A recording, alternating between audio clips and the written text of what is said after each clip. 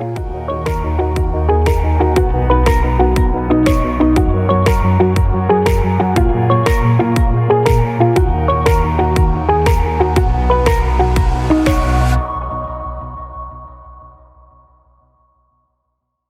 to How Women Inspire. Our guest today is Kristyn Shapiro, who's the kind of person you want with you in the midst of a crisis, whether that is navigating the events of January 6th, which she did as a senior executive in the FBI, or accidentally delivering your baby at home, which is how she brought her youngest daughter into the world.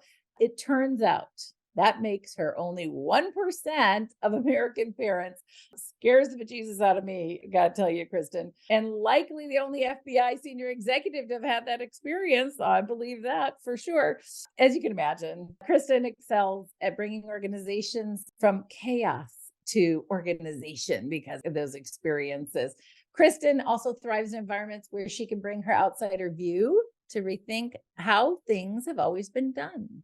Having unintentionally found herself in positions across her life where she's been the outsider, from electing to attend Boston College as a Yankees fan. Oh dear, how did that go with your family? To being a new female civilian hire to naval intelligence post 9/11, and then getting her MBA as a government employee, and often being the only non-agent female executive in the room at the FBI. Kristyn has run toward these challenges and relishes bringing her unique experience to otherwise tried and true institutions like Red Sox Nation. Now, in yet another outsider position, Kristyn is bringing her expertise as a federal executive and national security expert to Guidehouse. This is a consulting firm solving complex challenges of federal clients and having direct mission impact. Oh my goodness, you are one of the most fascinating people I think I've ever spoken with, Kristyn. How fun to get to spend time with you today. I'm really excited about leaning into this conversation. Thanks for being here. Thank you, Julie. I am so excited. It's always humbling to hear your bio read by someone else, especially with such enthusiasm for my background and experiences. And I am really looking forward to chatting with you today as well. There's no doubt in my mind, no other FBI agents deliver their own babies. I'm just saying. Okay, before we get into some of the other juicy bits of your career, I'd love to hear, what's your favorite song that you've listened to on the tough days or the good days? So my joke when I was in prenatal yoga was that my theme was going to be TLC Push It. So that was probably, maybe I over-indexed on that for my at-home birth experience. Oh, believe me, that you deserve it. Yeah, there we go. There we go. Needed some of that rap in my life. Mostly in crisis situations, there's this song called Let It Be by James Bay. I just went back through my phone to make sure I had the right name, but it just brings me this sense of calm, because I think when you're in the midst of really stressful situations, letting it go, letting it be, and just sort of living in that present and knowing you've done all that you can do, that's really what that song kind of does for me. And so I was listening to it today feeling just like this sense of calm. Two opposite ends of the spectrum for music songs, but that's what I got. That's very fun. Well, we are all complex in those ways. So I think those are perfect examples of you and your diversity of perspective and experience, which is one of your biggest superpowers, right? Okay, so you've been at the front of so many crises and been really deep expertise in crisis management. Do you think women are better leaders during crises? I'm going to go out on a controversial limb and say yes. But don't worry, I have some reasons to back it up. One of the first reasons I think is our natural sense of empathy. And there's actually a Harvard Business Review that talked about how during COVID, women were better leaders and led their organizations to higher performance throughout the pandemic because of that inherent empathy. And so when you're in the midst of crisis and chaos, people are feeling a lot of different things. So in the FBI, I led through terrorist incidents, high stress, high stakes, so a sense of wanting to make sure that no further attacks are happening. But also led through the longest government shutdown in history, where people who are single parents are now not getting paychecks and worrying about how to feed their families. And so in those really sort of heart-wrenching, gut-wrenching moments, whether it's a no kidding mission on the line or leading people through an incredibly stressful time, that empathy, that leaning in, understanding what people are going through, I think is very unique to how we're wired as women. And I think such a key driver there. Another key reason I think is we are used to having to check our egos at the door. There's not a lot of place and time for ego in the midst of a crisis. You really got to throw all the ideas, throw all the spaghetti at the wall, see what's going to work. There's no time to sit there and take credit necessarily. You just got to get it done. We are often used to being the person who's in a conference room or meeting where you have an idea, nobody responds to it. 5 minutes later, your male colleague says the same Right. thing, and it's mind blowing. Oh my gosh, wow, I never would have thought about that. And so through those lived experiences, I think we really get to that point of, hey, there is no ego here. Like we are all here to get the job done. Let's figure it out. And then my last point, which I think is also more of a socialized or maybe anti-socialized behavior, is we're used to having to check our emotions at the door. You have this, image of the frail woman with the fainting couch from the 1800s, whatever that might be. I've We're never used met that woman. I've No, never seen a painting exactly. couch in my life. Yeah. Right? Like we have to live against that stereotype. And so we can't be emotional at work. If we show emotion, it's instantly held against us. Whereas if a male colleague might show that same emotion, it's like, oh, he's having a moment. It's okay. When you're in the midst of crisis, there's no time for emotion. You got to check that at the door. You got to compartmentalize. You got to really keep it moving forward. And so our ability to check our own emotion in those situations, not make it about us, make it about the other folks, which is a little bit of that empathy in the beginning. That's what I think makes us really uniquely suited as women to lead through these situations. Yeah. Well, I agree with you 100%. I've never heard anyone put it exactly that way. And I can only imagine you're the only woman in the room, I would guess, most of your career. I would love to hear sort of, did you have moments where you're like, wait, like my diverse perspective in this moment saved the day or really helped get to a better decision? I'd love to hear from you what Yeah. that's been. One of the best compliments I got, which I don't think was intended as a compliment, was people just don't think like you. But you know what? From the How voice great of is that? right. It's so strange, but I took that as such a great compliment. And it really helped me reinforce people don't think like me. People haven't had the same background experience. They're not just wired the way I am. And so I might look at a problem or a situation and look at it from a different angle than other people.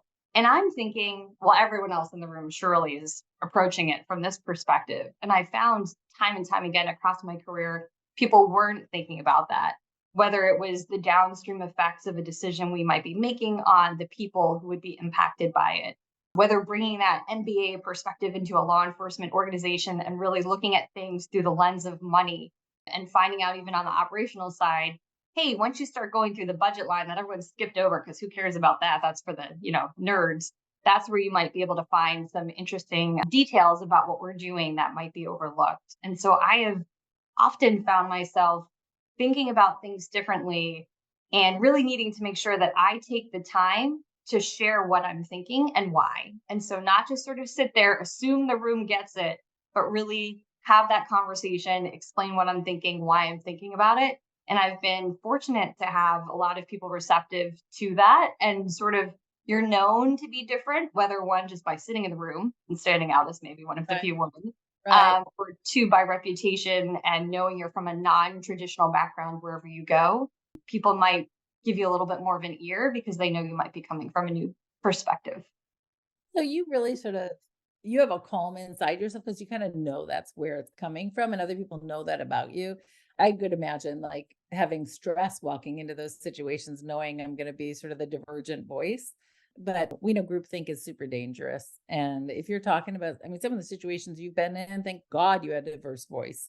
It makes everybody up game and makes everybody have a better, get to better decisions. Have you seen other people sort of prepare differently because they know you're going to be in the room? I think it's always funny. I was known for asking specific questions in a recurring meeting, and there is one person, and it was a woman, who was the only person who ever came back to that monthly meeting anticipating the questions I would have, having answers for them and being prepared. The other individuals who might have been there more frequently than not would still be sort of surprised by the same questions. And so it was interesting to see there are some people who see it and latch onto it. And there are other people who don't get it necessarily. But it's rewarding when you see other people you've been able to help sort of mentor and grow and maybe think a different way like you do and give them the space to think outside of the box. So you're making it safe for other people with divergent views to show up fully as themselves. So I think about, we just did a session this morning about authentic leadership. How do you see that? And how do you reinforce that with other people? How do you make sure that that is celebrated? Yeah. I mean, I think one of the challenges I often see is it feels like when it comes to leadership, people approach it formulaically or scientifically. I've read this leadership book by X leader, therefore I will do Y because that's Yeah. exactly what that person did. And like it's a roadmap that you have to do Exactly. exactly what was laid out. And it just falls flat. We've all worked for or with people who are following a formula that's not true to who they are. And so for me, I was very much cognizant of that at a really early stage in my career of, hey, look, that's not for me. I'm a more feminine, girly person who is walking into very male dominated institutions. But I am not sort of the power suit, let me hide the femininity leader. I'm, hey, this is who I am, take it or leave it. I joke with my mom that she told me there were two ways to handle every situation as the angry New Yorker, which is you could get up into people's faces, or the dumb blonde, which was to be like, oh, I don't know, I don't understand. Can you explain that to me? And so that really gave me this perspective of there are stereotypes out there. You can lean into those stereotypes about you when it could actually be to your advantage, but really figure out how people are going to see you, figure out what you want them to see about you, and see where you can align those. And when they might be out of sync, how can you exploit those differences for your benefit? Make them not realize what's coming their way. I'm not asking for permission anymore. I'm not asking for a seat at the table. My friends, this is the first generation of us. We have a huge opportunity. We have power and influence and wealth. And we can start building the tables where we get the prime seats. Today, we want to invite you to join us as investors in venture. I know no one's asked you to do it before. It might be something that seems scary or foreign, but I promise you it's not that different than investing in a mutual fund where your retirement funds are. I want you to lean in and just learn a little bit more. How about making a commitment that in the next 12 months, you can give yourself 12 months to figure it out and to take a step. I want to invite you to be part of the new table of power and influence and wealth. You're invited. I want to sit at the table with you because we're going to make big change. We're going to make the world we've been dreaming of.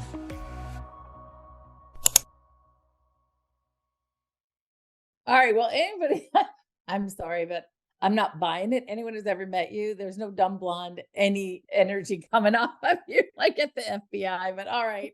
Sounds like you know how to manage situations to your best for you. So let's talk a little bit more about what is happening for you today in terms of your own leadership pivot. You've gone through a bunch of big changes and entered new spaces frequently, but you're in a brand new sort of space. And you actually also just went through this visible impact rebranding program. I'd love to hear how you're thinking about sort of how you want to show up at this stage and what are you choosing to sort of own as part of that story?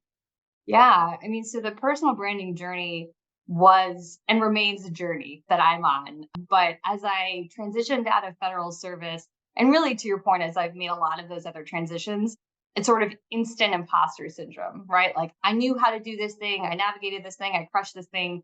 Oh my gosh, now I'm doing something totally different. What is that going to be like? Who will I be? And so I came into this world of consulting in the private sector and then finding people sort of asking me, what is your personal brand? And it's not something I ever really thought about before.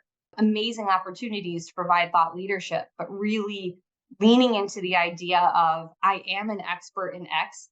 It feels uncomfortable. It feels like back to that sort of we're taught to check our ego at the door. Like it feels a little bit too egoistic. And so I found myself really in the beginning of my personal branding journey and my journey here, qualifying everything. I did this thing, but I wasn't a special agent. I did this, but I was a civilian with naval intelligence. And so through the personal branding experience and being surrounded by these amazing women, everyone helps call you out on it, right? Like, why are you giving that a butt? Like, none of us Yeah. here in the FBI. And you find yourself falling into this comparative trap. Well, this person I think is an amazing expert. I could never be as great as they are. But I had to remember that whole, hey, you have a unique point of view, you have something different to say. Make sure you're saying that and lean into it. And so I just had a really interesting conversation with my team where they were saying, hey, we really like seeing your LinkedIn. It's got interesting content. And that just really made me feel so pumped to be able to be talking to you and really think through how this journey helped me figure out, how do I get my voice on LinkedIn? How do I feel comfortable writing pieces on different unique perspectives I have from my background? Who am I as a leader, as a person, as an employee, as a mother, as a friend? So it's been a crazy journey. I am nowhere close to the finish of the journey at all, but was so grateful to be given some practical tools, but then most importantly, the camaraderie of a bunch of peer women who are just all about building one another up and who come from totally different backgrounds. So what you do sounds cool to everybody else because no one else has done that before. Well, and obviously, I love that you're really acknowledging this thread of like your unique perspective and positioning is really important and is such a big value add. And I think so much of our lives, we're comparing ourselves to other people or we want to fit in. And I think that's for so many of us, myself included. I remember the day this happened to me so many times in my life, but I'll never forget this one day. My daughter was 11 and she's like, Mommy, you're not like the other mothers. And I'm like, well, I know. Like, and most of the time I'm not like anybody else in the room, right? And sometimes it's much more obvious than other times. It sounds to me like you're still wrestling with that, but you're really kind of leaning into that. And what permission it gives everybody else listening here to really reflect on themselves and the value and power of you being yourself authentically, but also other people think you're so freaking cool, Kristyn. I was so excited to talk to you. We all think we're not as cool as other people think we are. So, we've been talking about a number of different ways where you come into crisis and help somebody right size it. You're the rational voice, you help people problem solve. Your unique perspective is so powerful in those moments. Where are you going with this powerful perspective and skill set that you've got? What's next for Yeah. you?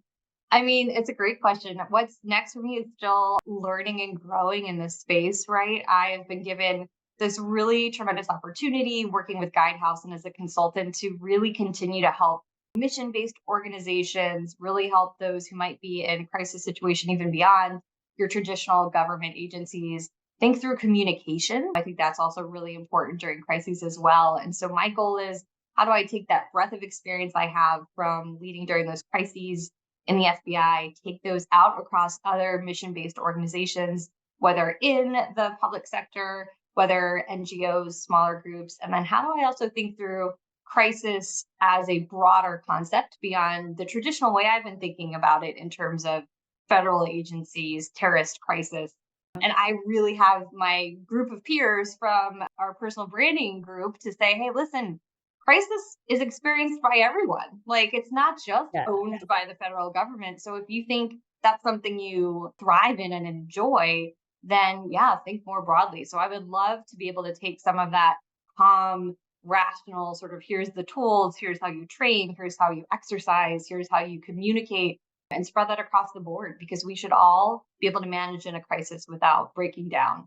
And I think it can be super overwhelming to people who are in Yeah, that but that's like a situation. serious muscle to build. It's easy enough to hear that, to actually live it and be able to handle it. Not everyone can get there very quickly. It can take people a long time. That's why we need you on our board, right? So, is that part of what you're doing today or your journey is going on and helping other leaders manage through the inevitable ups and downs of like business cycles and really serious crises? It's definitely something I would love to be able to grow into. So still, finding my voice, finding that space there, but definitely something I would love to be able to help other people think through from the benefit of the experience I've had, from the unique perspective I bring just in terms of that calm sense. So yeah, I would love that opportunity, and definitely looking for any moments we can find where I can really help share the benefit of that knowledge. Nice. So this audience is all leaning in. I know they are. I mean, my goodness, to get the wisdom from someone with your background is just stunning. If you had some advice or wisdom that you can give to the women listening to this and men listening to this podcast, what would it be? My number one piece of advice first would be, don't assume anybody else in the room either knows what you're thinking, or B, doesn't have the same question that you have. So I think we often write ourselves off from the get go. We don't put the idea out there. We don't ask the question that we have because we're worried it seems too obvious. Or if I ask the question, it seems like I don't know what I'm talking about. But very frequently, we are the only person thinking through that. And there's so much power in either sharing that idea or asking that question. And if you ask that question, it may cascade to a bunch of other topics or areas people haven't thought about. So I really want to encourage people to not be afraid, even though it feels scary in the moment, to really Yeah. put yourself out there. Awesome. You heard it here, everyone. Is there any moment you can pick on and say, like, this was a big aha moment? I'm sure you've had many of those moments where you're like, wait, this is a whole, moment to reconsider, pivot, reset. Yeah. One of my really great aha moments, which taught me a couple things, was in the FBI, being a senior executive, being a female, not being an agent. One of, I would say, the agentiest agents who was over a very important operational program said to me, "You've earned your seat at the table like everybody else. So you share your thoughts, you share your opinion, you don't be afraid to share that with us." And it was just such an amazing opportunity to have this person who otherwise might have seemed gruff and dismissive of what I had to say really offering me that hand and really giving me that power and that confidence. And so it taught me both one, people would respect me, even the people I might have assumed at first glance wouldn't. But then two, also reminded me of the importance of reaching out that hand and saying that and making sure that people around you know that they do have that space, they do have that voice. And so I think that was before we had the term allyship really being universally spread across. But to me, that was an initial stage of allyship that I've carried with me too, to make sure I vocalize to people around me they have an important space. They should share their voice and their opinion and create the place to ask the questions and then listen to the answers. I love that. Who is someone in your life who has inspired you? Well, so I have an obvious answer, which is Ruth Bader Ginsburg. I am wearing my little RBG earrings. One of the things that I think really stands out for me with her is she said, "You can have it all, but not at once."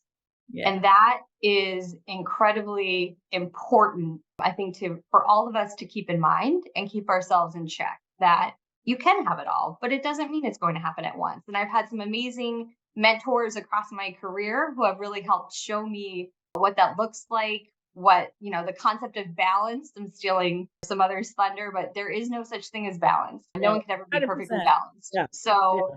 give yourself the space and the grace to understand you sure can have it all, but man, you're going to be failing on one front or the other at any moment in time in your brain. And what looks like failure to you is not going to look like failure to anybody else. I love that you just said that. And first, what I thought about when you said that is like, well, she lived a long time. Really, really. Then I think about for myself, I look at my daughter and her friends' experiences with so much grace, and I mean, like, oh my God, they were only 27, 30. But when I was 27 or 30, I thought I should have it all figured out. The pressure and the stress we put on ourselves. And if we can just step back and think, how would Ruth Bader Ginsburg respond to you right now? She would give us so much grace and hold the bar high. But thank you so much for reminding us about that. And just, I'm going to hold that image, Kristyn, in my mind. So thank you for sharing that.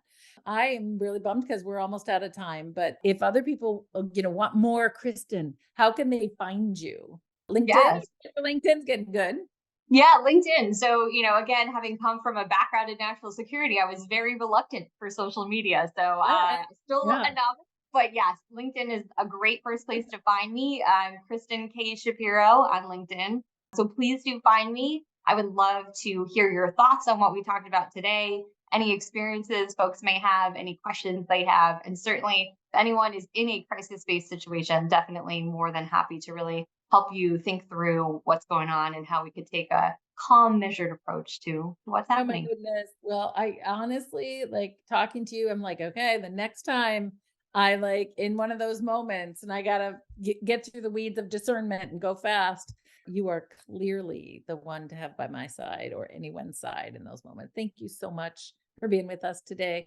I love that you pulled out and commented on our credo, be fierce advocates for each other, say yes to making introductions, reinforce her voice when she speaks up and isn't heard, and the guy takes credit. And thank you for being unabashedly visible, for showing up today as your full self. My goodness, are we so lucky to have an example like you in leadership. And my respect for you. When I heard you had a baby by yourself, the FBI sounds cool, but having a baby by yourself, like, I don't know, like that's it, Kristyn. So having a wonderful day, everyone. And thank you so much, Kristyn, for sharing your amazing experience with us. Thank you so much, Julie. Have a great day.